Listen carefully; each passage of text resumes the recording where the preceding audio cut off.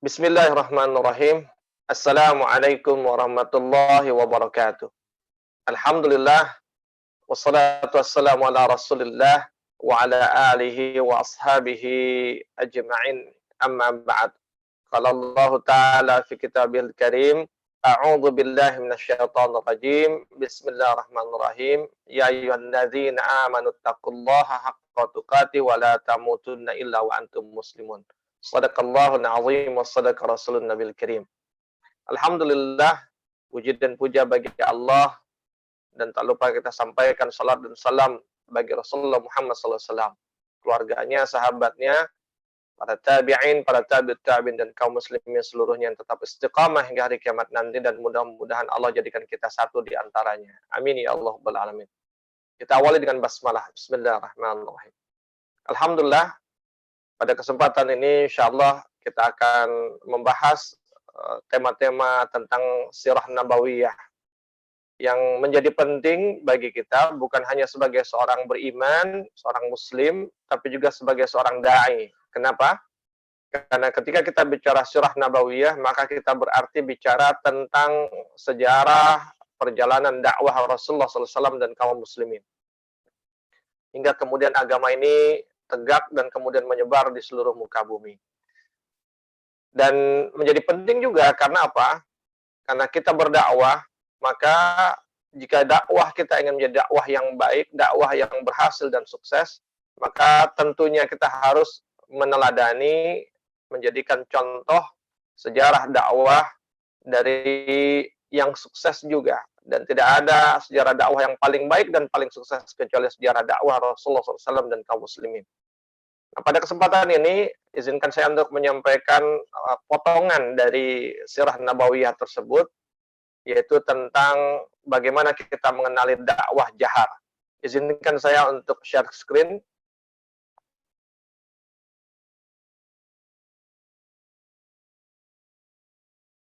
Baik, ikhwati fillah, ketika kita bicara mengenali dakwah jahar, maka satu hal yang harus kita kenali terlebih dahulu adalah bahwa sejarah dakwah Rasulullah SAW atau sejarah dakwah Islam itu dibagi menjadi 3 periode. Di mana periode pertama adalah disebut sebagai periode Siriyatul Dakwah wa Siriyatul Tanzim. Dan ini terjadi pada fase Mekah yang pertama, sampai dari awal bi'tsahnya Rasulullah hingga tahun 6 kenabian. Lalu periode yang kedua yaitu disebut sebagai Jahriyatul Dakwah wa Siriyatul Tanzim. Ini fase Mekah yang kedua dari sejak tahun ke-6 kenabian hingga menjelang hijrah atau sampai hijrahnya Rasulullah dan kaum muslimin. Lalu periode yang ketiga yaitu Jahriyatul Dakwah wa Jahriyatul Tanzim, dan ini adalah fase ketika ba'da hijrah, yaitu ketika sudah sampai di Madinah. Nah, ikhwati fillah, pada kesempatan ini kita hanya akan mengambil periode yang kedua atau periode Jahriyatul Dakwah wa Siriyatul Tanzim, yaitu dari sejak tahun 6 kenabian hingga menjelang hijrahnya Rasulullah SAW. Tidak akan kita bahas seluruhnya, tapi kita hanya mengambil bagian-bagian tertentu yang nanti kita bisa mengambil pelajaran dan hikmahnya, yang kemudian kita bisa kontekstualisasikan dengan keadaan kita hari ini. Ikhwatibillah, dakwah jahriyah ini kita tahu bahwa salah satu di antara asbabnya adalah ketika turunnya ayat-ayat yang berkaitan dengan perintah untuk menjaharkan dakwah ini. Di antaranya di dalam surat Al-Hijr ayat ke-89 Allah mengatakan, A'udzubillahi minasyaitonir rajim, Bismillahirrahmanirrahim, Inni ana nadhirum mubin, kata Allah. Yaitu, dan katakanlah sesungguhnya aku adalah pemberi peringatan yang menjelaskan. Lalu kemudian di ayat 94 masih di surat yang sama Allah mengatakan fasda' bima tu'maru wa a'rid 'anil musyrikin. Kata Allah, maka sampaikanlah olehmu secara terang-terangan segala apa yang telah diperintahkan kepadamu dan kemudian berpalinglah dari orang-orang musyrik. Lalu kemudian dipertegas lagi yang menjadi permulaan dari dakwah jahriyah ini ketika Allah mengatakan wa anzir ashiratakal aqrabin. Di dalam surat Asy-Syu'ara ayat 214 ketika Allah katakan, dan berilah peringatan kepada kerabat-kerabatmu yang terdekat. Nah, ikhwati fillah, jadi jelas bahwa dakwah jahriyah itu dimulai kepada keluarga dekat. Sekedar pengetahuan bahwa sesungguhnya dakwah jahar Rasulullah dakwah jahar Islam ini dibagi menjadi dua, yaitu dakwah jaharnya Rasulullah SAW dan kemudian dakwah jaharnya kaum muslimin. Namun selang di antara keduanya itu tidak sampai 2 tahun. Ya, jadi baru kurang lebih 2 tahun setelah dakwah jaharnya Rasulullah, baru kemudian kaum muslimin mengikutinya. Nah, dakwah jahar Rasulullah ini dimulai sebenarnya sejak ya kurang lebih ya sekitar di tahun keempat kenabian.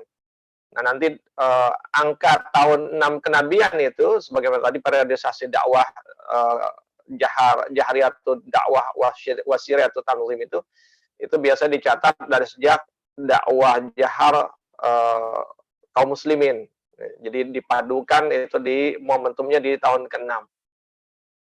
Tapi mulainya dakwah jahar yang dilakukan oleh Rasulullah walaupun belum dilakukan oleh kaum muslimin itu terjadi di tahun kurang lebih di tahun keempat atau tahun kelima, ya kan.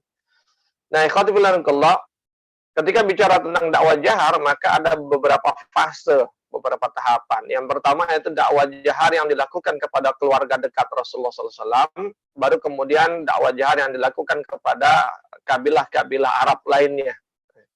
Nah, ikhwati fillah, pada pasca dakwah Siriyah, ya, Rasulullah melanjutkan dakwahnya kepada dakwah jahriyah, ya, setelah turunnya ayat yang tadi saya bacakan di awal di surat Al-Hijr tadi.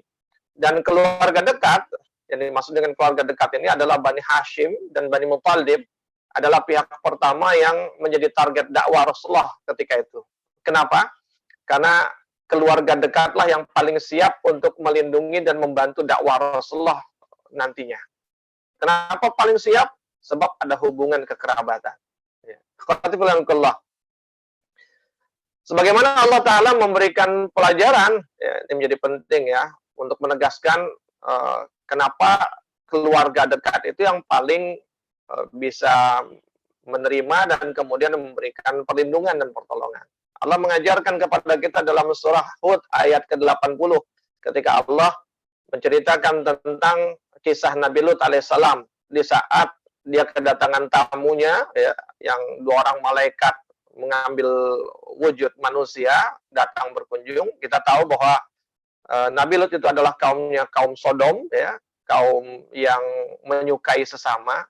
Sehingga ketika datang kedua tamu Nabi Lut itu berbondong-bondong, ya kan, umatnya atau kaumnya Nabi Lut itu datang menghampiri karena tertarik dengan tamunya Nabi Lut ini, ya, sesama lelaki padahal. Nah, ketika itu terjadi, Allah menggambarkan bagaimana keadaan Nabi Lut pada saat itu. Disebutkan qala, Lut berkata, "Lau anna li bikum quwwatan aw awi ila ruknin syadid." Jadi Allah menegaskan, Allah menggambarkan kan keadaan Lut pada saat itu. Ketika itu Nabi Lut berkata, seandainya aku mempunyai kekuatan untuk menolak kalian semua, yaitu kaumnya tadi, atau kalau aku dapat berlindung kepada keluarga yang kuat, maka tentu akan aku lakukan. Jadi di sini digambarkan bagaimana ketika itu Nabi Lut merasa terganggu karena tamunya itu diganggu oleh kaumnya. Tapi dia tidak bisa berbuat apa-apa. Kenapa? Karena tadi Nabi Lut itu tidak mempunyai keluarga kecuali anak dan istrinya, sementara istrinya pun juga termasuk kategori yang kafir.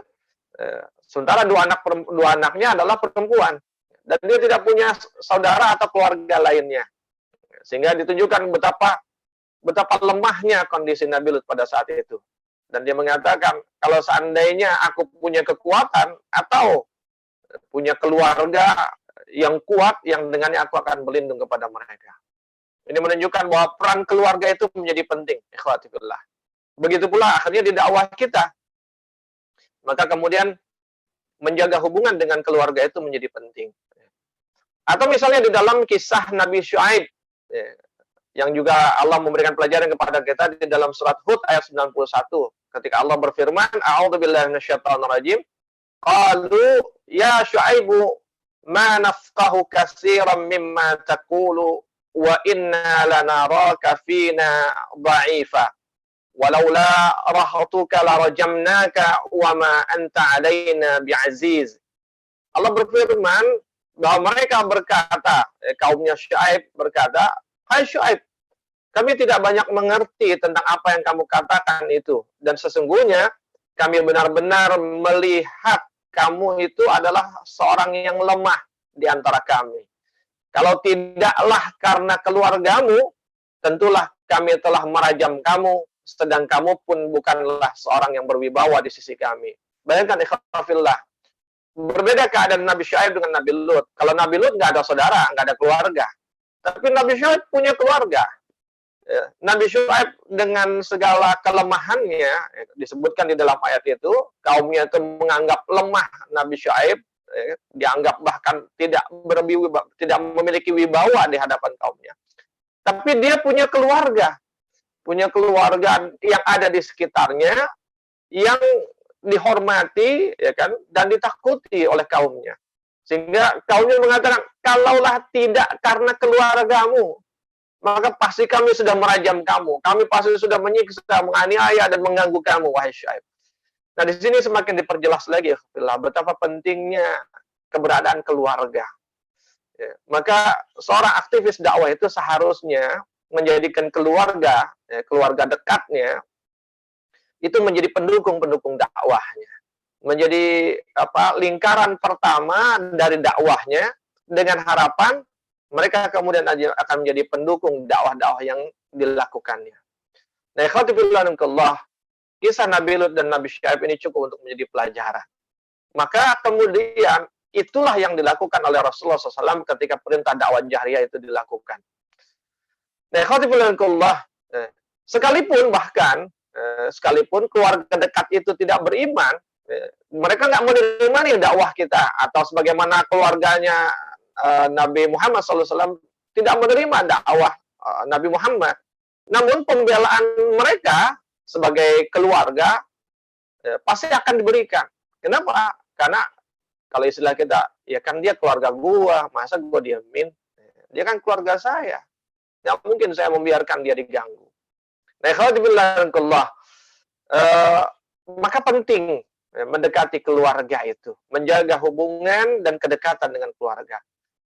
Seperti misalnya pembelaan seorang Abu Thalib pada Rasulullah SAW, sekalipun Abi Thalib itu harus berbeda sikap dengan Abu Lahab. Ini padahal dua orang kakak beradik gitu. Dua-duanya paman Rasulullah SAW. Ya, Abu Thalib menerima dakwah Rasulullah, bahkan bersedia melindunginya, sementara Abu Lahab sebaliknya. Bayangkan, khatibullah. Nah, dari sini satu catatan penting yang perlu kita ingat, bahwa sebagaimana keluarga dekat, betul, keluarga dekat bisa menjadi ancaman yang berbahaya juga. Kenapa? Apalagi jika dia datang dari orang-orang yang lebih tua dari kita, entah paman kita atau bahkan orang tua kita sendiri, gitu. Maka dia punya potensi untuk menghambat, ya kan, dan menghalangi dakwah kita. Tapi keluarga dekat juga bisa memberikan perlindungan yang baik kepada dakwah yang dilakukan. Nah, ikhwatifillah, di dalam Al-Quran, di dalam surat Asy-Syu'ara 214 yang tadi disebutkan di awal, Allah berkata, "A'udzubillahi minasyaitonir rajim wa anzir ashiratakal aqrabin." Allah mengatakan, dan berilah peringatan kepada kerabat-kerabatmu yang terdekat. Nah, periode ini, ya, periode dakwah jahriyah Rasulullah SAW ini dimulai ketika ayat ini turun, maka kemudian Rasulullah pergi ke Sofa dan mengumpulkan keluarganya dari Bani Hashim dan Bani Muthalib di Bukit Sofa. Dan kemudian di pertama kali ketika itu yang berkumpul sekitar 45 orang.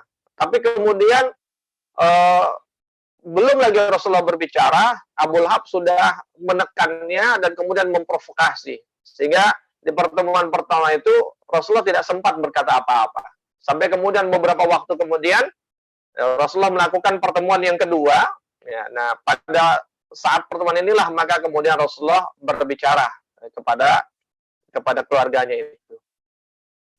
Dan pada saat itu terlihat bahwa Abu Lahab itu menentangnya, bahkan memprovokasi keluarganya untuk menolak apa yang disampaikan Rasulullah. Tapi di sisi lain ada seorang Abu Thalib yang secara terang-terangan memberikan perlindungan dan pembelaan kepada Rasulullah SAW. Nanti akan kelihatan ketika kita membahas tentang konten utama dakwah Rasulullah ini. Nah, ikhwati fillah, kalau kita cermati dari pidato Rasulullah SAW pertama kali di Bukit Sofa itu, di situ kita dapatkan konten utama dakwah Rasulullah sekaligus menjadi rambu-rambunya. Apa saja? Yang pertama, bahwa dakwah Rasulullah itu adalah bicara tentang iman kepada Allah Ta'ala. Ketika beliau mengatakan di Bukit Sofa, di awal pidatonya itu, segala puji milik Allah, kepadanya kupanjatkan puji syukur, dan kepadanya pula aku mohon pertolongan. Kepadanya aku beriman, dan kepadanya juga aku bertawakal. Aku bersaksi bahwasanya tiada ilah, tiada sesembahan selain Allah, dan tiada sekutu apapun baginya. Ini inti dakwah Rasulullah yang pertama, mengajak beriman kepada Allah dan menjadikan Allah sebagai satu-satunya sesembahan. Lalu yang kedua, ikhwafillah, konten utama dari dakwah Rasulullah SAW yaitu mengajak untuk beriman kepada Rasul SAW. Ketika beliau mengatakan di lanjutan pidatonya, seorang pemimpin atau seorang Rasul tidak akan membohongi keluarganya. Karena saat itu Rasulullah sedang berhadapan dengan keluarganya. Lalu beliau mengatakan, demi Allah yang tiada sesembahan selain Dia, bahwa aku adalah utusan Allah kepada kalian khususnya dan kepada semua manusia pada umumnya. Dari sini, selain menunjukkan konten utama yang kedua, yaitu tentang mengajak beriman kepada Rasulullah SAW. Dan ketika beriman kepada Rasulullah itu maknanya dua ya, khawatibillah. Pertama adalah beriman kepada Rasulullah, kepada Muhammad, bahwa dia adalah Nabi dan Rasul Allah. Dan yang kedua, beriman bahwa Rasulullah Muhammad adalah Rasul dan Nabi terakhir yang tidak ada lagi Nabi dan Rasul setelahnya hingga hari kiamat. Dua kontennya. Nah, bukan hanya itu, bukan hanya bicara tentang iman kepada Rasulullah SAW, tapi dari pidato Rasulullah ini, kita juga bisa mendapatkan bahwa kenabian dan kerasulan Rasulullah, serta risalah Islam yang dibawanya, tidaklah sama dengan kenabian dan kerasulan para nabi dan rasul sebelumnya, serta risalah yang dibawanya. Jika para nabi dan rasul sebelumnya, mereka hanya diangkat menjadi nabi dan rasul serta membawa risalah hanya untuk kaumnya di zamannya, maka Rasulullah SAW dia membawa risalah Islam ini bukan hanya untuk kaumnya secara khusus, tapi juga untuk seluruh umat manusia dimanapun mereka berada, bahkan bukan hanya yang hidup di zaman Rasulullah, tapi juga yang hidup di zaman setelah Rasulullah SAW hingga hari kiamat nanti. Ikhwatillah, itu konten yang kedua. Lalu kemudian konten yang ketiga, konten utama dakwah Rasul yang tergambarkan dari pidato beliau di Bukit Sofa itu, beliau mengatakan, demi Allah, kalian pasti akan mati seperti di saat kalian tidur, dan kalian pasti akan dihidupkan kembali seperti saat kalian bangun tidur. Terhadap kalian pasti akan diadakan perhitungan mengenai apa yang kalian perbuat, kemudian tidak ada tempat lain kecuali surga yang kekal selamanya, atau neraka yang kekal selamanya. Nah, dari sini kita dapatkan juga bahwa Rasulullah mengingatkan tentang keniscayaan hari akhir. Ini yang menjadi pembeda, ikhwafillah, antara dakwah tauhid dengan yang selainnya. Bukan hanya mengenalkan tentang Allah, mengajak untuk beriman kepada Rasulnya, tapi juga beriman kepada keniscayaan akan adanya hari akhir dengan semua fase-fasenya. Dari mulai fase hari kehancuran, kemudian fase dikumpulkan di mahsyar, lalu kemudian fase diperhitungkan atau yaumul hisab, sampai kemudian fase ketika tiba masa penghukuman, entahkah dia akan di surga atau dia akan di neraka. Keniscayaan itu harus diimani. Ya. Dan bukan hanya itu, ketika ada hari setelah hari di dunia ini, yaitu hari berbangkit atau hari akhir, maka itu berarti bahwa manusia itu akan mengalami kematian, tapi kemudian dia akan dihidupkan lagi. Sehingga Rasulullah menggambarkan bahwa kalian akan dimatikan seperti kalian tidur, tapi kalian juga akan dihidupkan kembali seperti kalian bangun tidur. Bagaimana Rasulullah menggambarkan sebuah peristiwa yang sulit untuk dipahami dengan bahasa yang sangat mudah dan perumpamaan yang sangat mudah untuk dicerna oleh pikiran manusia. Ya, Rasulullah mengibaratkan kematian itu seperti orang tidur, dan tidur itu dirasakan oleh semua manusia, termasuk keluarganya atau orang-orang di zaman itu. Ketika mereka tidur, mereka tahu mereka nggak sadar, hilang. Seperti itulah kematian. Lalu kemudian beliau katakan, dan kalian akan dibangkitkan setelah kematian itu sebagaimana kalian bangun dari tidur kalian. Itu makanya doa kita, ya kan? Kalau mau tidur kan bismika Allahumma ahya wa amut. Ketika bangun tidur, alhamdulillahillazi ahyana ba'dama amatana wa ilaihin nusyur. Jadi tidur itu adalah contoh paling mudah untuk menggambarkan kematian, dan bangun tidur itu adalah contoh paling mudah untuk menggambarkan kebangkitan. Khadifillah. Ini dari sini kita bisa melihat kecerdasan Rasulullah SAW. Nah, khadifillah. Kemudian setelah Rasulullah berpidato, direspon. Dan yang pertama kali meresponnya adalah pamannya Abu Talib. Apa kata Abu Talib? Wahai anakku, dengan senang hati kami bersedia membantumu. Kami terima apa yang kau berikan sebagai nasihat, dan kami pun mempercayai segala tutur katamu. Mereka yang sekarang berkumpul ini adalah sanak famili ayahku, dan aku hanyalah salah seorang dari mereka.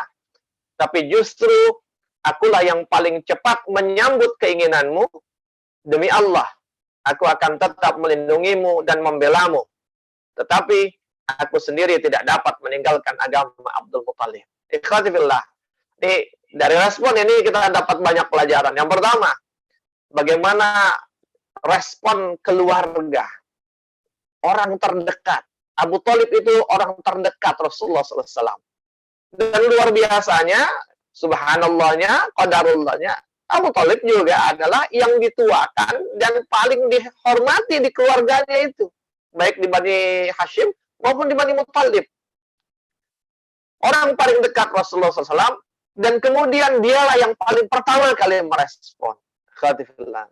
Kalau kita dekat dengan ayah kita, kita dekat dengan ibu kita, kita dekat dengan paman kita, maka ketika kita sampaikan dakwah kita, maka mereka lah akan menjadi orang-orang yang pertama kali merespon atau memberikan pembelaan dan penerimaan atas apa yang kita sampaikan.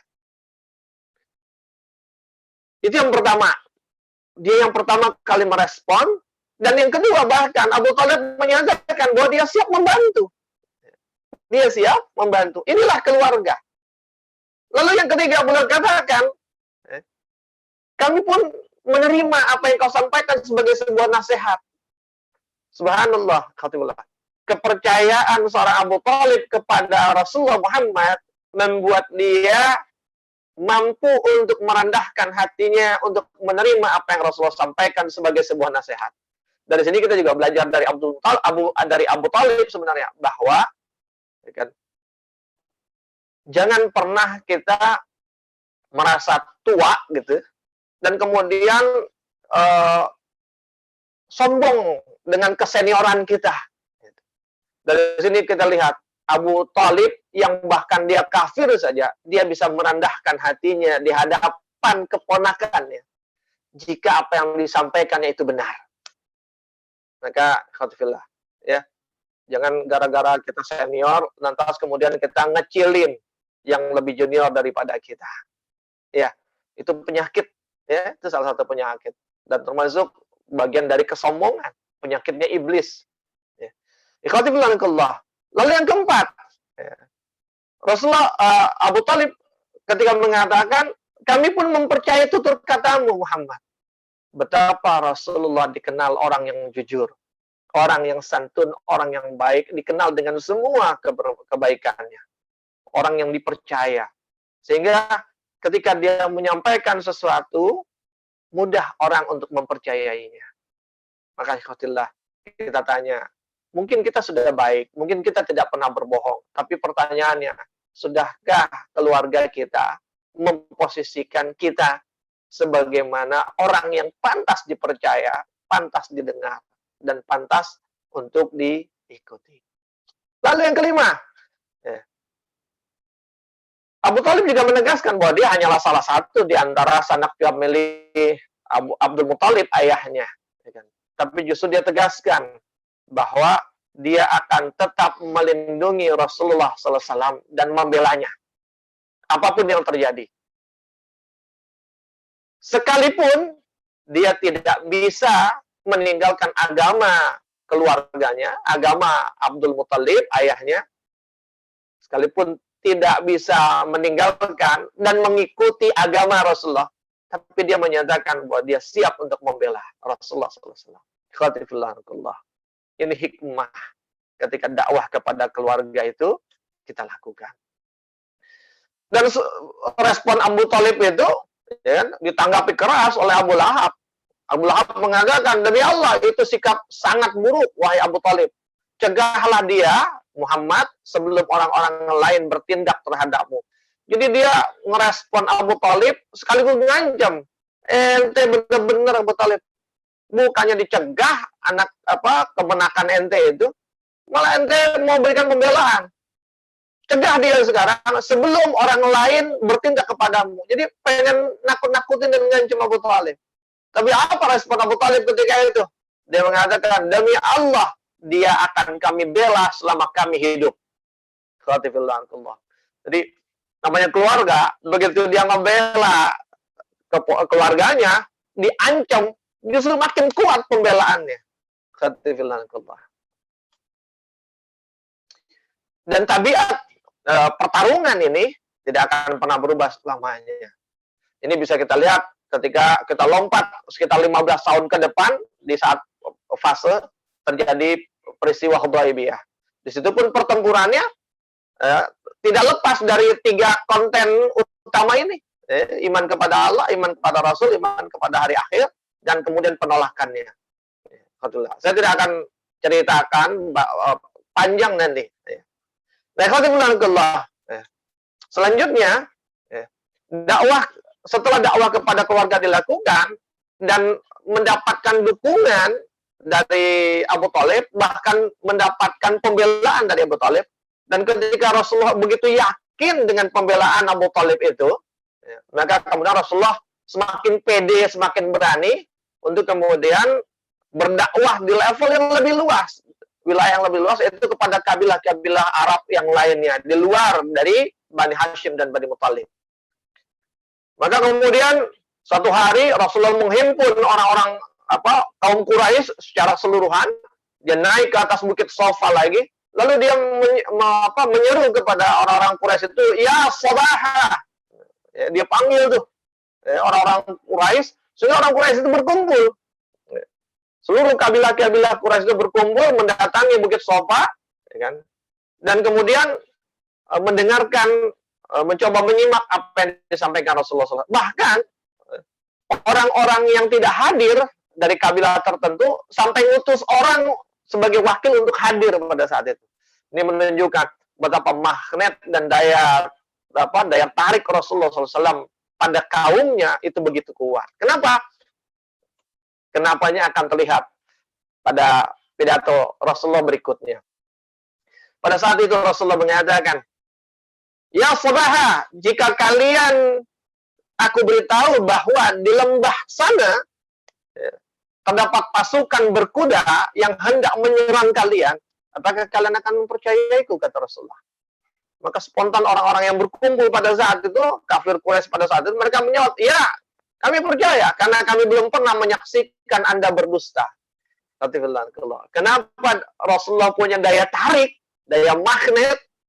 Karena dia dikenal kebaikannya, dia populer dengan kebaikannya, dan salah satu kebaikan beliau adalah beliau orang yang dijuluki sebagai Al-Amin, yang dapat dipercaya karena beliau tidak pernah berdusta. Lalu Rasulullah kemudian melanjutkan pidatonya. Kata Rasulullah, sesungguhnya aku datang untuk memberi peringatan kepada kalian bahwa di depan kalian terdapat siksa yang amat keras. Begitu kata Rasulullah. Dan ya kita tahu, kemudian Abu Lahab, pamannya itu kemudian berteriak, ya kan, merespon pidato Rasulullah dengan mengatakan, celakalah engkau Muhammad selama-lamanya. Untuk itukah engkau mengumpulkan kami? Khatibullah. Dan ketika dia merespon seperti itu, maka saat itulah turun wahyu, ya kan? Surat, ya kan, Al-Masad, ya kan? Khatibullah. Ini kisah ini ada di dalam hadis riwayat Bukhari. Khatibullah.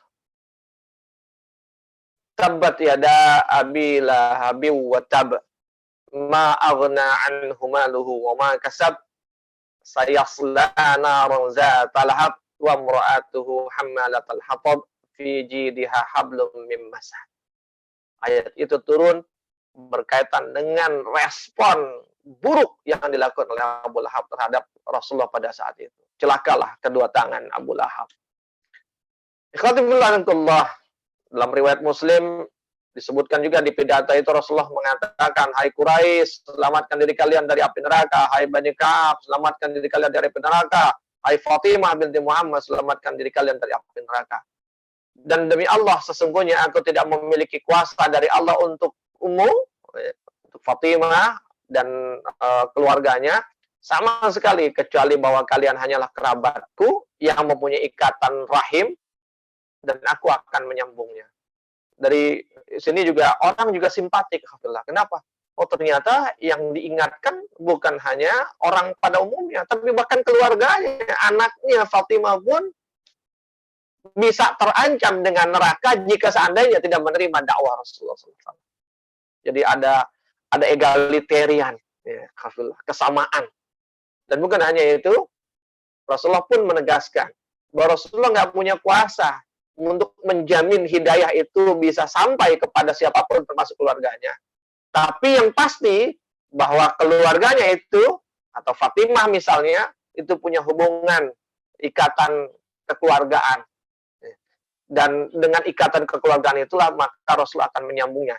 Jadi sekalipun, di sini digambarkan, sekalipun keluarga atau siapapun orang-orang Arab tidak menerima dakwah Rasulullah, namun Rasulullah akan tetap menyambung ikatan silaturahim dengan mereka karena ada hubungan kekerabatan.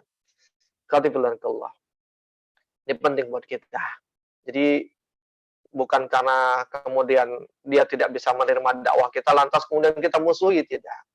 Sekalipun tidak menerima dakwah kita, tapi mereka adalah keluarga kita, maka kita wajib untuk menjaga silaturahim dengannya dan memperlakukan dia sebagaimana kita harus berbuat baik kepada keluarga.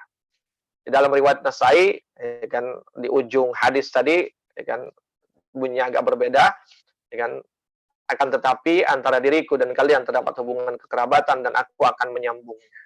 Jadi jangan penolakan menjadi sebab kita memutuskan silaturahim. Ikhwatifullah. Dan pada perintah dakwah jahar ini, ketika dakwah jahar ini diperintahkan, itu juga dibarengi oleh perintah untuk satu bersabar, berlapang dada terhadap para penentang, dan berpaling menghindari benturan. Kenapa? Kenapa bersabar? Karena pasti ada penolakan. Ya, kalau kita nggak sabar dari penolakan-penolakan itu akan berat rasanya, akan sesak hati kita. Dada kita akan terasa sempit. Yang kedua, berlapang dada terhadap para penang, ya, karena bukan hanya tidak menerima, bahkan yang menentang pun pasti ada. Dan berpaling atau menghindari benturan artinya apa? Ketika kondisinya belum memungkinkan, dakwah masih lemah, maka ada perintah dari Allah kepada Rasul dan kaum muslimin, udah nggak usah diladenin. Orang yang ledek, orang yang nentang, orang yang melakukan apapun, nggak usah diladenin. Hindari saja, jangan dilawan. Nah, Allah, dan itu ada di dalam surat Al-Hijr ayat 94 ketika Allah katakan, fasda' bima tu'maru wa a'rid 'anil musyrikin. Sampaikan oleh secara terang-terangan segala apa yang diperintahkan padamu dan berpaling dah dari orang-orang musyrik. Ikhwatifillah, atau di dalam surat Al-Qasas, ya kan, ayat 55 Allah katakan, apabila mereka mendengar perkataan yang tidak bermanfaat, mereka berpaling daripadanya. Begitu pula di dalam surat Al-Furqan ayat 63. Ikhwatifillah, sehingga periode ini, pada dakwah jahar ini sering disebut sebagai periode menahan tangan dan melakukan tablik. Artinya apa? Dakwanya tablik aja, nyampein tentang Islam ini di tempat umum dimanapun bisa dilakukan. Dan kemudian menahan tangan dari apa? Merespon, membalas apa yang dilakukan oleh orang-orang Quraisy terhadap dakwah tersebut. Sekalipun, namun ini catatan penting, sekalipun harus bersabar atas gangguan, namun dakwah tetap harus berjalan sebagaimana rambu-rambunya. Ya.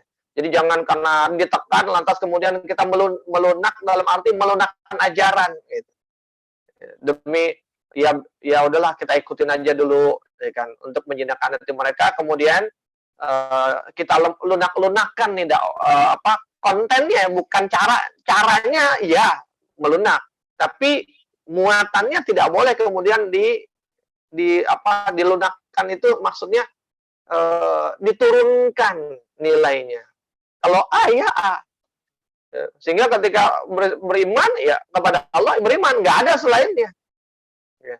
Ketika beriman kepada Rasul begitu juga. Ketika dikatakan beriman pada hari akhir, siapa yang berbuat dosa dan menolaknya, dia kafir, dia akan dihukum di neraka, maka itu harus disampaikan. Ya nggak apa-apa lah, nggak begitu. Jadi apa adanya. Jadi sekalipun ada hambatan, tetap sampaikan dakwah itu apa adanya. Nah, khawatirullah, ketika kita bicara tantangan dan hambatan, ya, ada beberapa hal yang dilakukan oleh orang kafir Quraisy atau musuh dakwah dalam upayanya menghambat atau bahkan mematikan dakwah pada saat itu. Yang pertama, mereka menghina, melecehkan, mendustakan, menertawakan dengan tujuan untuk melemahkan mental dan moral kaum muslimin. Jadi seperti nuduh kan Nabi dengan banyak sekali tuduhan, diantaranya Nabi dituduh penyair, dituduh tukang tenung, dituduh gila, dan lain sebagainya. Tujuannya apa? Untuk menjatuhkan mental dan moral kaum muslimin. Kenapa? Ya killing the messenger gitu. Jadi membunuh karakter assassination dari tokohnya, yaitu Rasulullah SAW. Ketika tokohnya dihancurkan karakternya, maka itu bisa menjatuhkan moral para pengikutnya. Apa contohnya? Khafillah, tadi dikatakan tukang tenung, orang gila, ya kan. Nah, dalam konteks hari ini, ya kan, kita ketemukan ejekan-ejekan itu, ya. Dikatakan jumud, dikatakan fanatik, dikatakan terbelakang, dikatakan kadrun atau lainnya.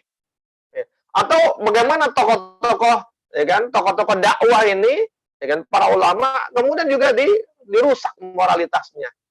Bukan dirusak moralitas, tapi dibunuh karakternya. Seperti itu. Dijelek-jelekin, difitnah ini dan itu.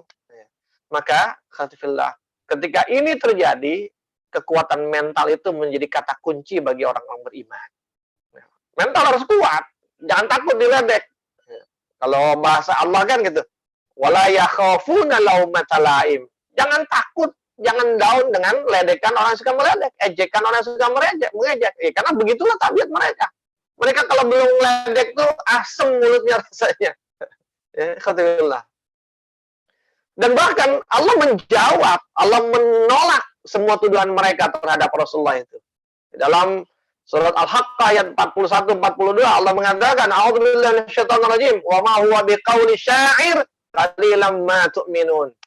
Kata Allah, dan Al-Quran itu bukanlah perkataan seorang penyair. Jadi Quran itu bukan syair, Muhammad itu bukan penyair.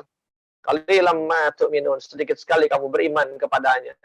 Wala biqauli kahin qalilan ma tadzakkarun, kata Allah. Dan Muhammad dan Quran itu juga bukan perkataan tukang tenung, dan Muhammad bukan tukang tenung. Qalilan ma tadzakkarun, sedikit sekali kamu mengambil pelajaran daripadanya. Atau di dalam surat Al-Qalam ayat kedua Allah mengatakan, ma anta bi ni'mati rabbika bimajnun. Berkat nikmat Tuhanmu, kamu Muhammad sekali-sekali bukanlah orang gila. Jadi yang menolak ejekan mereka langsung Allah Subhanahu wa taala. Ikhwati fillah. Bahkan justru Allah taala malah menunjukkan kemuliaan Rasulullah yang kebalikan dari apa yang mereka sebutkan. Kata Allah, innala qaulu rasulin karim. Sesungguhnya Al-Quran itu adalah benar-benar wahyu Allah yang diturunkan kepada Rasul yang mulia. Jadi membersihkan tuduhan mereka tentang Quran sebagai syair, ditegaskan oleh Allah, sesungguhnya Quran itu adalah qaulun, benar-benar wahyu Allah, Rasulin Karim, dan membersihkan, redekan kepada Rasulullah dengan kalimat Rasulun Karim, bahwa Rasul itu adalah manusia yang mulia. Ikhwatifillahikullah. Bahkan di surat Al-Qalam ayat 4-6 Allah balik, ya kan, memberikan ejekan kepada mereka yang mengejek itu dengan kalimat wa innaka la'ala khuluqin 'azim fasatubsiru wa yubsirun bi ayyikumul maftun, kata Allah. Maka sesungguhnya, ya kan, kamu benar-benar berbudi pekerti yang agung, maka kelak kamu akan melihat, dan mereka pun, orang-orang kafir itu akan melihat siapa di antara kamu, di antara kalian semua yang gila. Bukan Rasul yang gila, tapi mereka lah yang meledek Rasulullah gila, itu yang sesungguhnya gila. Yang kedua, upaya yang mereka lakukan untuk menghalangi dakwah, menentang dakwah, adalah dengan merusak ajaran Islam, dengan menyebarkan berbagai gambaran-gambaran palsu yang menimbulkan keraguan agar masyarakat awam tidak mau menerima dakwah. Jadi dengan merusak Islam dengan apa? Nyebarin wacana-wacana yang memburuk-burukan atau menjelek-jelekan Islam. Menampilkan seakan-akan Islam, padahal dia bukan Islam. Contohnya apa? Dalam konteks hari ini, kita bisa lihat, contoh, Islam radikal, Islam fanatik, transnasional, tidak toleran, anti kebinekaan, makar, ketinggalan zaman, basi, Wahabi, Arabisme, Taliban, dan segala macam. Itu semua adalah istilah-istilah, ya kan, yang dilekatkan kepada Islam, yang tujuannya untuk menunjukkan bahwa Islam itu jelek, dan itu nggak benar sebenarnya.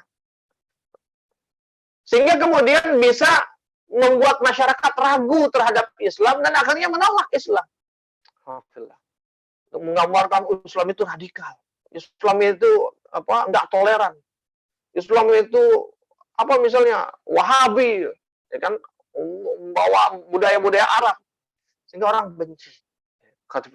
Itu terjadi, dan ketika ini terjadi, maka pemahaman yang benar menjadi kuncinya, pemahaman yang benar tentang Islam. Itu sebabnya seorang aktivis dakwah seharusnya memberikan pemahaman kepada umat. Nggak usah diladenin, nggak usah ditangkal, cukup berikan pemahaman yang baik kepada umat di dalam dakwah ini. Dengan sendirinya mereka akan paham bahwa Islam yang sesungguhnya tidak seperti yang dipropagandakan oleh mereka yang ingin merusak kebaikan Islam. Lalu upaya yang ketiga yang mereka lakukan adalah mempertentangkan dan menyayangi Al-Quran dengan kisah-kisah orang terdahulu dan menyibukkan manusia dengan dongeng-dongeng tersebut. Gitu. Jadi mereka coba nampilin, ya kan, syair-syair atau cerita-cerita yang bisa nyaingin Quran menurut mereka. Karena di dalam Quran itu kan banyak kisah, ya, kisah orang-orang terdahulu. Maka mereka nyainginnya dengan bikin cerita-cerita dan dongeng-dongeng untuk nyaingin cerita-cerita di dalam Quran. Bahkan, sampai-sampai ketika itu ada seorang kafir yang namanya An-Nadhr bin Al-Harith, itu dia pergi ke satu tempat namanya Hirah, ya, untuk mempelajari dongeng-dongeng para raja Persia, kisah-kisah tentang kehebatan Rustum, ya kan, Isfandiar, dan lain sebagainya. Untuk belajar tentang dongeng-dongeng dan cerita-cerita itu, untuk kemudian apa? Ketika Rasulullah suatu hari sedang duduk di majelisnya untuk berdakwah kepada umat, maka An-Nadhr itu berdiri di belakang Rasulullah sambil mengatakan, demi Allah pembicaraan Muhammad tidak lebih baik daripada pembicaraanku. Kemudian dia mulai cerita gitu, ya kan? Mulai cerita tentang dongeng-dongeng yang dia pelajari itu, lalu sampai berkata, dengan apa Muhammad akan menandingi pembicaraanku. Jadi kalau istilah sekarang songong, kafilah. Dan dalam konteks hari ini, kita bisa lihat bagaimana orang-orang kafir itu membuat dongeng-dongeng tentang pahlawan-pahlawan. Kan kalau tadi kan Rustum, begitu. Rustum itu kan dianggap pahlawan oleh mereka, orang hebat gitu, orang sakti, orang dikjaya. Maka hari ini pun mereka membuat dongeng-dongeng tentang pahlawan, tentang hero. Seperti apa? Avenger dengan segala, siapa tuh? Sebut. Ada Thor di sana, kemudian ada Iron Man di sana. Oh, macam-macam. Pertanyaannya, itu benar ada nggak? Enggak, cuma dongeng. Jauh dari kenyataan. Marvel, dari mulai Superman-nya, Batman-nya, Robin-nya, dan segala macamnya. Ya, sama, itu semua juga khayalan mereka. Avatar, ya kan? Dan masih banyak yang lainnya. Mereka mengarang dongeng-dongeng untuk membuat orang takjub gitu. Padahal itu dongeng, ya kan? Sementara kalau Islam nggak dongeng. Dalam catatan sejarah Islam begitu banyak pahlawan-pahlawan, orang-orang hebat di dalam risalah Islam ini. Ada Muhammad Al-Fatih di sana, ada Sultan Salim Yafuz di sana, ada Sultan Sulaiman Al-Qanuni di sana, ada Harun Al-Rashid di sana, ada Al-Arsalan, ada Sultan Malik Syah di sana. Belum lagi nanti kita bicara di masa-masa yang lebih dekat dengan Rasulullah SAW. Begitu banyak, ada Khalid di sana, ada Abu Ubaidah bin Jarrah di sana, ada Amr bin As di sana dengan semua kisah-kisah penaklukannya. Di kemudian harinya lagi kita mengenal ada Salahuddin Al-Ayyubi, sang penakluk, dan masih banyak yang lainnya. Maka kata kuncinya adalah untuk menghadapi dongeng-dongeng mereka itu, supaya kita nggak terpengaruh, adalah bagaimana kita memiliki penguasaan terhadap Islam dan sejarahnya dengan semua tokoh-tokohnya. Itu menjadi kunci untuk menjawab apa yang mereka lakukan. Mereka cuma mimpi, cuma berhayal, kita ada, kita nyata. Khatimillah. Lalu yang keempat, apa yang mereka lakukan? Ya, berbagai macam perundingan, tawar-menawar untuk mempertemukan Islam dan kejahiliahan di persimpangan jalan. Jadi harapannya ya deket-deketin Islam gitu, rangkul-rangkul supaya ayo kita bisa gabung-gabung lah. Sehingga kaum musyrikin bersedia melepas sebagian prinsip mereka, dengan harapan Rasul pun melakukan hal yang sama, melepas sebagian dari prinsip Islam. Di antara yang mereka lakukan, mereka bertanya tentang apa agama Abdul Muttalib, terus menanyakan di mana Abu Thalib di akhirat nanti, dengan harapan karena keluarga biar nggak dapat penolakan dari keluarga, harapannya Rasulullah akan bilang Abu Thalib ya mungkin di surga. Harapannya mereka begitu. Tapi Rasul katakan Abu Thalib di neraka, sekalipun dia pamannya. Ya. Tapi karena dia tidak beriman kepada Allah, dia menolak Islam, maka di neraka tempatnya. Sehingga Allah katakan dalam surat Al-Qalam ayat 9, "Waddu law tudhinu fayudhinun." Mereka menginginkan supaya kamu bersikap lunak, lalu mereka pun bersikap lunak padamu. Jadi, contoh misalnya di antara asbab turunnya surat Al-Kafirun, ketika terjadi tawaran dari kaum, jadi ketika mereka udah hopeless nih, dihambat-hambat nggak bisa, ya kan, dakwah Rasulullah dan kaum muslimin, akhirnya mereka coba berunding. Ya udah deh Muhammad, ya kan, kita berunding lah. Hari ini kami beriman kepada agamamu, kami beribadah dengan cara ibadah agamamu, tapi besok gantian, kamu yang beriman kepada agama kami dan beribadah dengan cara kami, begitu seterusnya ganti-gantian. Jadi nggak menghambat, tapi cuma tawar-menawar gitu. Dengan alasan, kalau bicara hari ini alasannya apa? Ya demi apa? Saling toleran. Ya. Tidak ada toleransi dalam bab ibadah dan dalam bab akidah. Khafillah.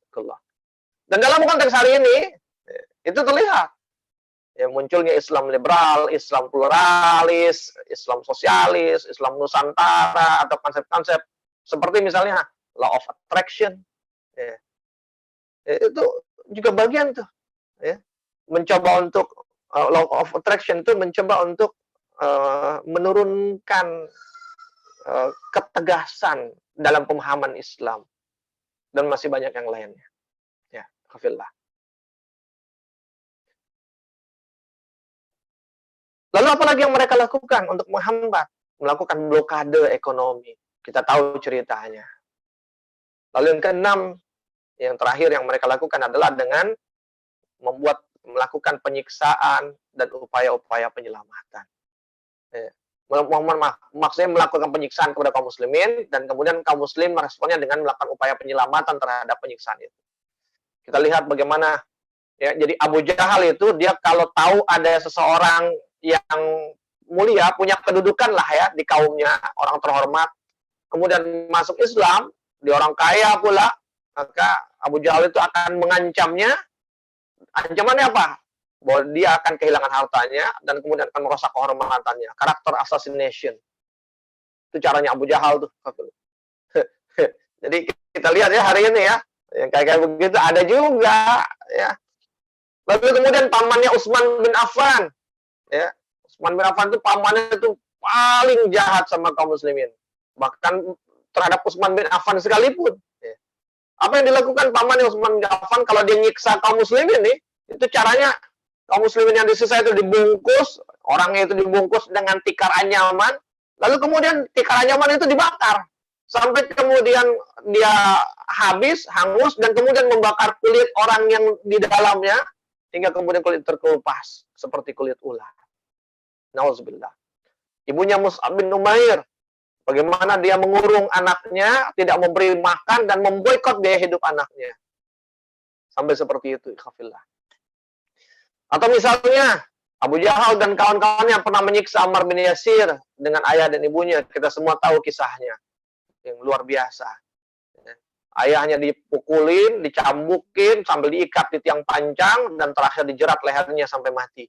Sementara ibunya Sumayyah, ibunya Ammar bin Yasir, ya, dibaringkan di atas padang pasir yang panas, dicambuki, dipukuli.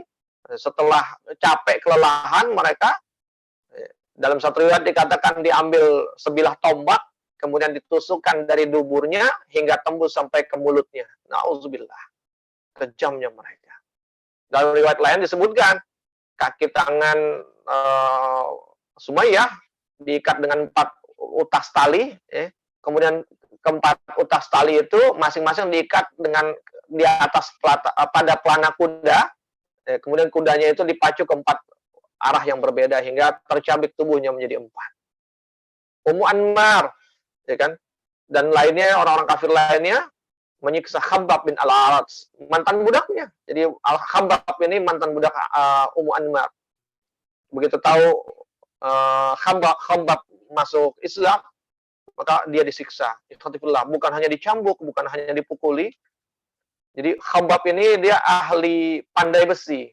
Jadi di rumahnya itu ada workshop untuk ini, ada tungku, ada besi, ada alat-alat untuk membuat semua perlengkapan dari besi. Dan dia dikenal. Hampir tidak ada perlengkapan rumah yang terbuat dari besi yang dimiliki orang Quraisy kecuali Khabbab yang membuatnya.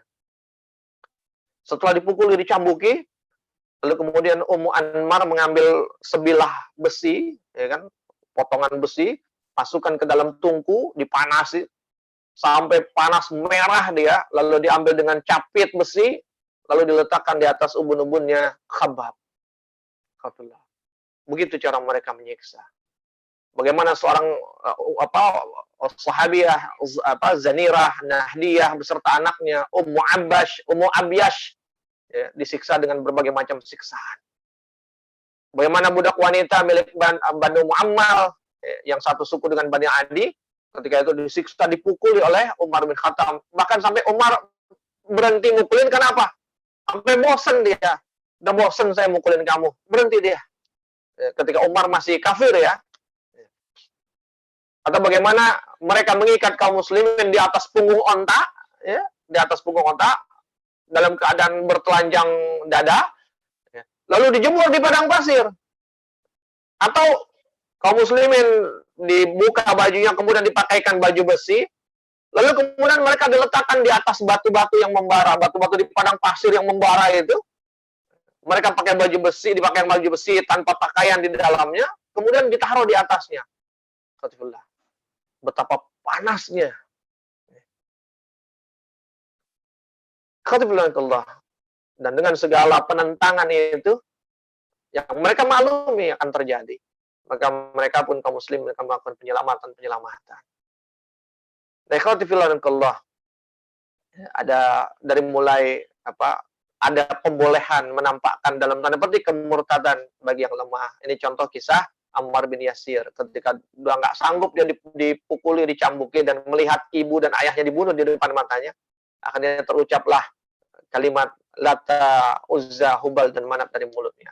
Dan ketika dia dibebaskan, dia berhadapan dengan Rasulullah, dia menangis, dia katakan aku telah melakukan ini dan itu disebut. Maka kemudian turunlah surat An-Nahl ayat ke-106. Barang siapa yang kafir kepada Allah sesudah dia beriman, dia mendapatkan murkaan Allah. Kecuali orang yang dipaksa kafir padahal hatinya tetap tenang dalam keimanan. Dia tidak berdosa. Akan tetapi orang yang melapangkan dadanya untuk kekafiran, maka kemurkaan Allah menimpanya dan baginya azab yang besar. Jadi kalau dipaksa, terancam hidupnya, maka itu dibolehkan. Itu salah satu bentuk keringanan. Lalu membela diri. Orang-orang tertentu yang memang punya kemampuan, itu melakukan pembelaan diri kalau dalam keadaan darurat. Ini terjadi ketika Sa'ad bin Abi Waqqas dengan beberapa teman-temannya sedang sholat di lorong-lorong, ya, karena masih menyembunyikan keislamannya. Ketahuan, maka kemudian terjadi perkelahian di antara mereka sampai bahkan Sa'ad bin Abi Waqqas berhasil membunuh salah satu orang yang mengeroyok dia dan teman-temannya. Atau misalnya kisah Utsman bin Maz'un ketika dia kembali dari Habasyah gitu ya.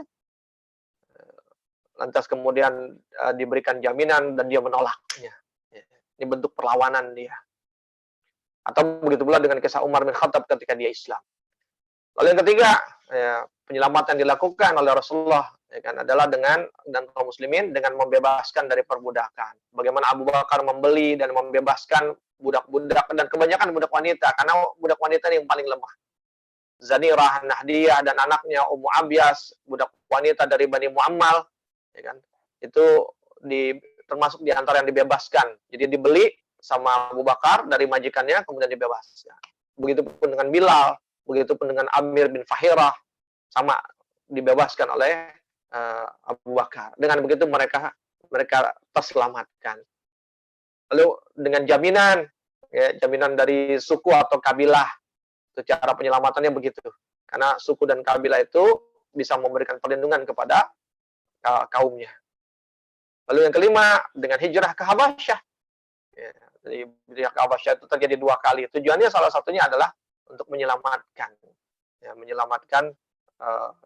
Islam dan kaum muslimin. Khatifullah, demikian yang bisa saya sampaikan. Mudah-mudahan kita mengenal dakwah jahriyah ini, kita bisa mengambil pelajarannya, mengambil hikmahnya, dan kemudian kita coba kontekstualisasikan dengan dakwah kita. Kita ambil inspirasi dakwah Rasulullah di masa dakwah jahr itu, kemudian yuk kita coba terapkan. Kenapa? Orang sukses adalah orang yang mengikuti langkah-langkah orang sukses. Rasulullah adalah sesukses-sukses manusia. Maka jika kita mengikuti langkah-langkahnya, kita pun akan sampai pada kesuksesan. Baik dunia maupun di akhirat. Termasuk diantaranya adalah kesuksesan dakwah kita. Sebagaimana suksesnya dakwah Rasulullah SAW. Wallahu a'lam bishawab, mudah-mudahan bermanfaat. Dari saya sekian. Wabillahi taufiq wal hidayah. Afu minkum. Assalamualaikum warahmatullahi wabarakatuh. Barakallahu fikum jami'an.